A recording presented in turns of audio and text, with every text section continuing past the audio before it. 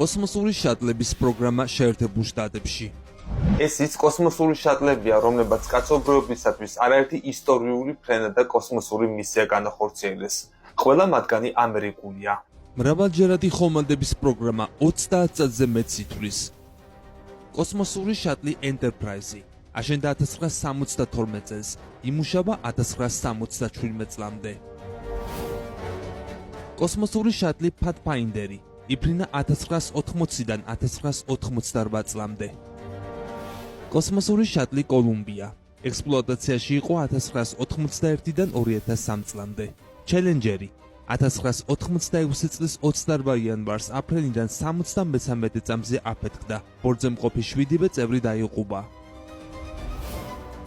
კოსმოსური შატლი Discovery 1984 წლიდან 27 წლის განმავლობაში მოგზაურობდა კოსმოსში. შატლი Atlantis 1985-დან 2010 წლამდე დაფრინავდა დედამიწის ორბიტაზე. და შატლი Endeavour აშენდა 1992 წელს და იფრინა 2011 წლამდე.